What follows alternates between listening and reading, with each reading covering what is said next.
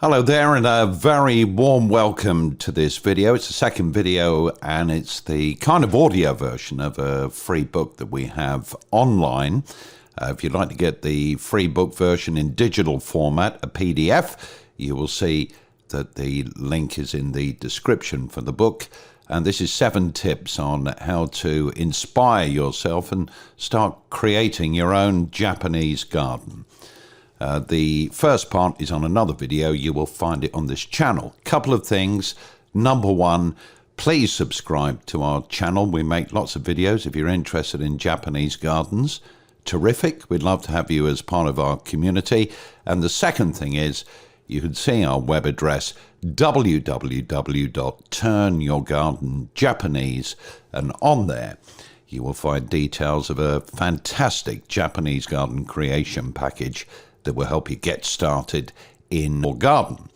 Having said all of that, this is a terrific book, and I'm going to take you through the second part now. We start with borders, boundaries, and fencing in Japanese gardens. Well, a border in a Japanese garden is very symbolic. It's the division between your stress-free, peaceful haven and the hustle and bustle of the outside world and all the distractions, of course, that go with it. You can edge a border with small rocks or stones in a Japanese-style garden. You could use gravel, or if you're feeling pretty adventurous, introduce a water feature to do the job for you. A border at the back of your garden space could be, for example, defined by a row of black bamboo or bamboo canes tied together to accentuate that oriental feel. A really nice touch in lots of a Japanese garden with different borders as the viewer and the visitor move seamlessly between the different areas of the garden. It's very effective. Fencing in Japanese gardens is more often than not low level. It will often have a rustic look, and sometimes they can have small gates in them. Fencing is another way of sheltering the garden from the outside world or providing protection to the garden before an entrance. Bamboo fences make a simple and relatively cheap, that's the good news, way of doing it, and they're pleasing on the eye because of their authenticity. You may think that fences are all about enclosure, and that thought would seem pretty obvious, and to a certain extent in Japanese gardens it's right. Fences also have another meaning associated with them, and it's called migakure, and in Japanese also have another meaning associated with them, and it's called migakure, and in Japanese a pretty accurate translation would be hide and reveal. So if you're thinking of making a Japanese garden, just imagine how tantalizing some fencing would be, adorned with climbers that give the visitor a small, tiny glimpse of what lies beyond your fencing, a stunning Japanese garden space. Boundaries, as you may have already gathered, separate the garden from the rest of the world, and a gate in the boundary is a statement of this very fact. Boundaries can be large and sometimes precise and neat. It's very much a matter of personal choice. Whatever size of Japanese garden you are considering, really think about this important ingredient, the entrance. Think carefully about the boundary of your garden. What would the shape be, and where are you planning on putting plants, trees, shrubs, pathways, etc.? Entrances and boundaries are ideally identified in positional terms first, and it really is a very useful idea to draw a rough design sketch before you begin any construction of a Japanese garden.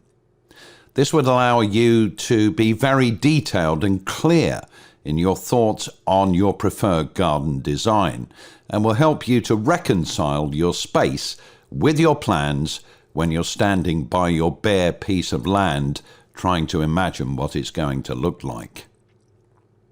A plan really does work, and it's not to be skipped. It's very important. It crystallizes your design in your mind's eye and is very helpful with the placement of entrances and boundaries. I can't underline that enough. Bamboo is very popular for boundaries, but to keep it authentic, try and use a Japanese bamboo. A lot of displayed Japanese gardens around the world make a big deal of bamboo, and quite rightly. But more often than not, it will be a Chinese bamboo. One of the most popular types of bamboo that you can use in a Japanese garden is black bamboo. Boundaries signify, don't forget, the end of one world and the beginning of the next in your garden. You may want a pathway that leads to a gate or more than one pathway. That's up to you once again. You have free will. You can do whatever you want. They should always, pathways, be at right angles with no smooth corners, because the Japanese believe that demons need smooth corners to be able to change direction. A path leading to a gate or from it is a great place to start planning when designing your garden. Look at it as the first few correct pieces in a jigsaw, if you like, and you build your design and garden ingredients from there. You will see, if you look online, many examples of gardens that have wonderful pathways and many different styles of pathways. It's worth a little Google. Now, if you're keen to make a tea garden in your space, then the gate will open to a pathway that will actually lead to your tea house. The whole concept of the use of gates and fences in a Japanese garden is all about, don't forget this, teasing what lies within the boundaries and containing the space for respite from everyday life. The latter, of course, being the reason that these types of gardens appeal to so many Westerners and Japanese garden designers alike. A Japanese garden is a miniature expression of nature and has to be sealed off from the outside world, and it's worth remembering that fences and gates are just as important in a Japanese garden as a stone lantern or even some beautiful azaleas. Design principles and elements for your Japanese garden. By now, we have established that all forms of Japanese gardens are spiritual, historical, and the basic design requirements and reflections are of the natural world. Boulders overgrown with moss, old trees, stone arrangements are all examples of this mantra. Nature in a Japanese garden is fundamental, and its appearance should reflect natural looks rather than manufactured looks, even if the garden is designed in a specific way and by its very definition is actually not very old at all.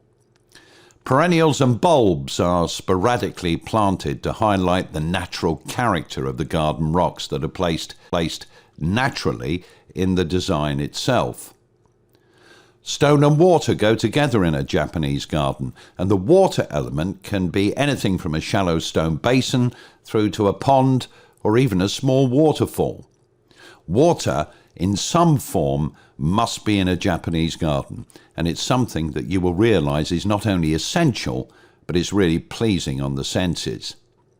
But before you make a decision on what water feature you would like in a Japanese garden, it is worth knowing that fountains are a complete no-no. And the reason fountains do not occur in a Japanese garden very often is that they don't occur naturally in nature. So according to Japanese garden design principles, they've got no place in a Japanese garden. It's all about natural nature. You should not have seen on your travels anyway a Japanese garden with a fountain in it, a babbling brook, yes, a waterfall, certainly, and a pond, most definitely. Waterfalls are used in Japanese gardens. Of course they are. Ponds tend to be popular because a lot of people like to keep koi. That's great, but watch out for predators like herons. Take the necessary protective measures, otherwise it could be very costly, and I've been there myself. Japanese gardens always stress the importance of the proportionate beauty of nature itself. It's one of the most important principles. They are on occasion very time-consuming to look after. This depends on your level of ambition and your level of adventurism, shall we say. But that is part of the dedication that you will need to be a Japanese gardener. All Japanese gardens are designed to hide any world. Nature consists of stone, water, and plants, and these are three of the principal ingredients of a Japanese garden for this reason. The history of these types of gardens goes back hundreds, if not thousands of years, and embraces nature in all of its forms. Adding all the elements that you want is the fun part, and your garden's crowning glory. Always try and follow the lines and natural forms of nature itself. For example, nature does not give us square ponds, so a Japanese garden would have a naturally shaped pond, certainly not one with straight lines. Certain types, though, of deep koi ponds are the rare exception to this rule. Natural shapes from the world that we live in are the types that will be found in a Japanese garden. No perfectly round stones live in are the types that will be found in a Japanese garden. No perfectly round stones or rocks, but ones that have an appearance of having been around for an awfully long period of time. Stones and rocks should be carefully placed so that they look as if they occurred in your garden naturally. The management of space is a very important aspect of a Japanese garden as well. There is no fear of having large empty spaces in a Japanese garden. This is done on purpose so that the empty spaces can complement and outline the other elements in the garden itself. Managing the size of your garden and the elements within it is another hugely important principle that you should be very much aware of. The very tranquility of your garden will be completely overwhelmed by placing large items in relatively small spaces. Seascape gardener will design and see proportions so that each element works with the other rather than competes with it. Japanese rock gardens or Zen gardens. Well, this type of Japanese garden is by far and away the easiest to plan and create. All you really need is a little unused area of your yard or garden that you can literally transform into a secluded, relaxing area with relatively minimal effort. Try and choose an area where there is at least one wall and make sure it's a secluded part of your space. Intimacy is achieved through defining the borders of the garden. All you would need is some gravel or sand, some reasonably sized rocks, some edging, a couple of low-level shrubs, and maybe a stone lantern or even a popular Buddha statue. You can actually create a mini landscape. Japanese Zen gardens are often thought of as being entirely based on religious meaning. This is not the case, because these types of gardens were actually conceived thousands of years ago and were just gardens, nothing more. Stunning to look at and a place of supreme peace and tranquility, a Japanese-style Zen garden makes a beautiful addition to any yard or garden or to any space that you have indoors or outdoors for that matter. The use of shrubs and flora is kept to a minimum in a Zen-style garden, and most just consist of sand or gravel, rocks and boulders. Now, don't misunderstand me. If you want to add flowers and shrubs as part of your design, this is perfectly fine. It's up to you. A nice touch is to try a combination of rough and smooth stones. They are mimicking you see, mountains and hills within your garden in miniature form. Plus, pick a collection of stones that are different sizes. That is often very eye-catching. In the area where you plan to put your stones and rocks, you can lay them out to see exactly what they will look like within your garden design. And once decided, you should set them so they do not move. This is easily done by scouring the ground around the stone in its position in your garden and then removing it and digging out the soil to a depth of a couple of inches. Then place the stone in the hole and secure it with more soil before introducing a surround of sand or gravel depending on what you plan to use. Stone clusters are always in odd numbers in a Japanese garden. The Japanese believe, and that is the reason why. Check out pictures of authentic Zen gardens to see how the clusters are created and to get an idea of how they would look. Now, if you live in a very dry climate, it should be fine to use fine sand for your Zen garden. Something called silver sand is often used. But for a damper climate, it's best to go for gravel, which you can rake to symbolize, of course, the movement of the water, and it looks absolutely beautiful. But it does take a little practice to master. An ideal and easy to rake gravel size would be 10 millimeters to 14 millimeters. That's a maximum size. Try not to go smaller. If you opt for sand for your Zen garden water element, take note that once it gets damp, it becomes difficult to rake correctly and often just looks messy and unnatural. A small fountain or water basin is another very attractive option for your Japanese garden, and will allow you to add water and dry water in one garden, something that a lot of people like to do. They are, after all, these water elements, the very essence of a Japanese garden. You might be thinking, what plants and shrubs are best suited to a Japanese garden? Well, the simple answer is lots. But it also depends on where you live as to which ones will give the desired results that you want. So what I'm saying is you have to pick relevant plants and shrubs that will grow and flourish in your local climate.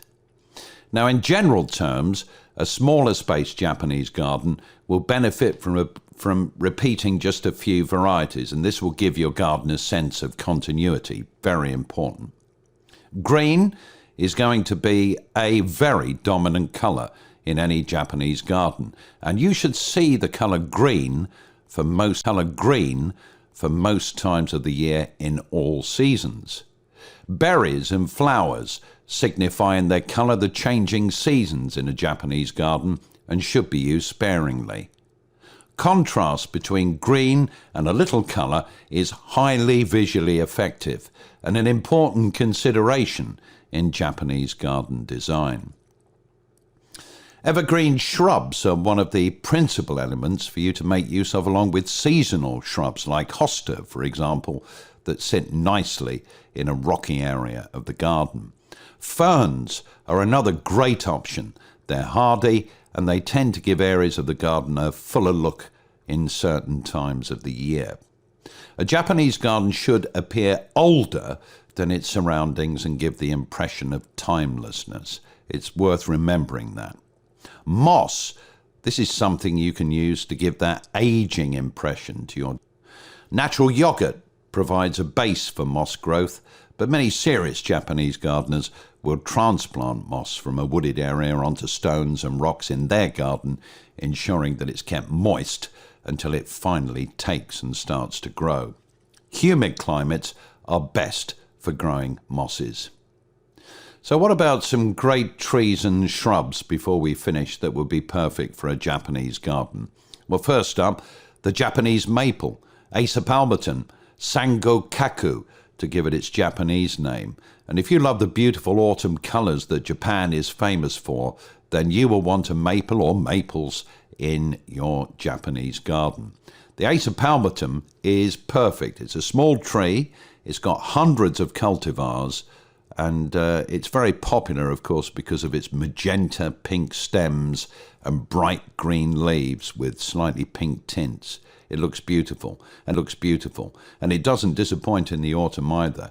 The leaves turn a yellowy orange and seem to glow when viewed from a distance. It's slow growing, and it's good for small gardens, but if left to grow unaided, it can grow upwards of 5 meters. Other trees for a Japanese garden include Pinus thunbergi, or flowering cherries, and a couple of examples of those are prunus and shogetsu in Japanese.